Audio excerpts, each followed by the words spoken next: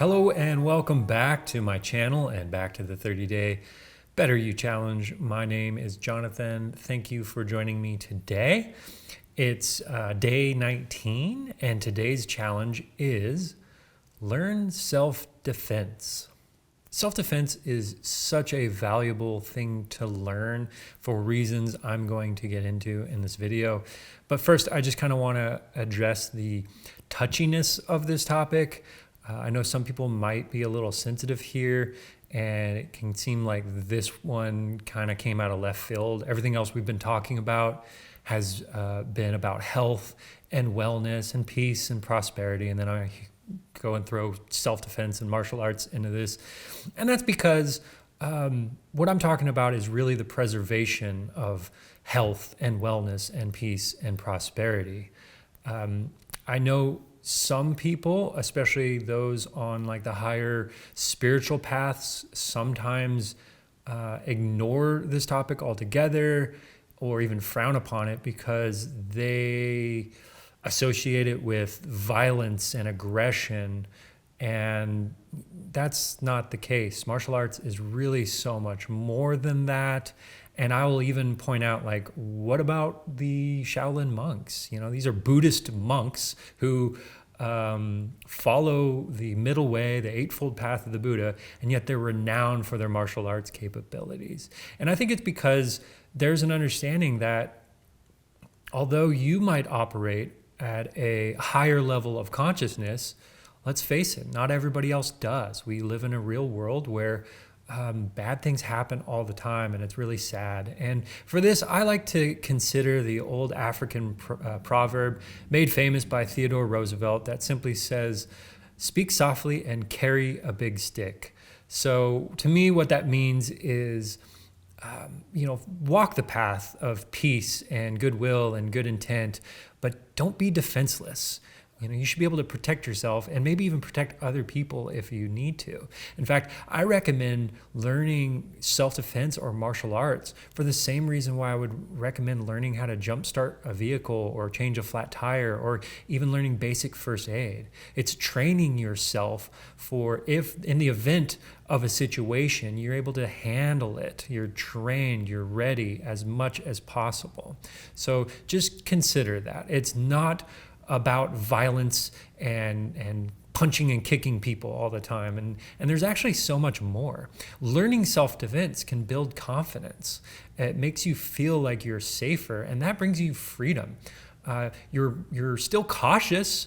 In fact, you're trained to be more aware of your environment, but you feel a little bit more confident in being able to handle yourself a little bit better. So this means you don't have to live in fear and you're not paranoid all the time. You just feel more empowered. And that's really important. And like I said, there's a lot of freedom in that feeling. Martial arts even emphasizes a lot of the time that you're not just learning how to fight, you're learning how not to have to fight. You're learning how to maybe avoid situations or handle them differently. But, if things escalate and you're forced into a situation, you can have more control over it and hopefully get out without anybody getting hurt, especially yourself. Other benefits of learning martial arts is, building strength, flexibility, balance, rhythm. Martial arts teaches you things like respect and having a code of honor and having self-discipline. It gives you focus. You're able to actually train yourself to kind of tune into your body and focus your life force energy, or also what is called chi or shakti. That's if you've ever heard of Tai Chi, that's the chi in Tai Chi. So it goes a lot further than just the punching and kicking. It's energy work.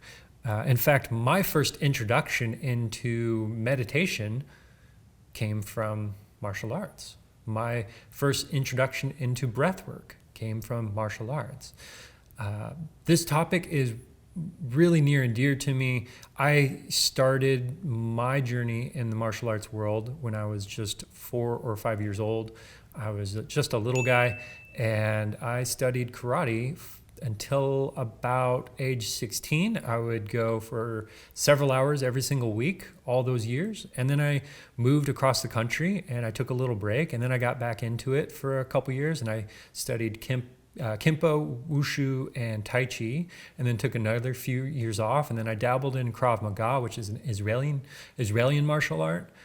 Did that for about a year, and then I stopped, took another couple years off, and then I ended up finding myself in the world of Eskrima, also known as Kali, which is a Filipino weapons-based martial art. And I studied that diligently, like 20, 30 hours a week for about 3 years. And so I don't like to talk about things I know nothing about, but martial arts has been a part of my life ever since, like, as long as I can remember. So I've been able to benefit in so many different ways, just like I mentioned, all the self-discipline and feeling more confident about myself and my abilities and being more tuned into my body. I learned things like gaze, like where do you put your focus, your gaze, and when you are shifting your body weight, even when you're walking, you're shifting your body weight, how to do that more effectively, and so you're never off balance. It kind of just trains you to have all kinds of awareness about things: your breath, your focus, your energy, your intent, your balance, and your force. So there's a lot of benefits. I highly recommend anyone and everyone to take a martial art, but especially if you have kids, get your kids into some form of martial art, whether it's boxing, kickboxing, Muay Thai is fantastic. Of course, karate, Kempo, Taekwondo, classics, as is Brazilian Jiu-Jitsu. But just get into something, get those kids into something. So that's all I have for you today. I hope that this video maybe helped change your perspective on this topic a little bit, and maybe even inspired you to take a self-defense class, which would be great because yesterday we talked about exercise anyways. So this is a way you can do two things at once: take martial art and you will get exercise for sure. But yeah, we'll see you tomorrow for day 20. And I hope you have a awesome rest of your day. You really should know how to change a flat tire and jumpstart your vehicle if you don't already know. And probably go ahead and add basic first aid to the list too while you're at it. Okay, bye.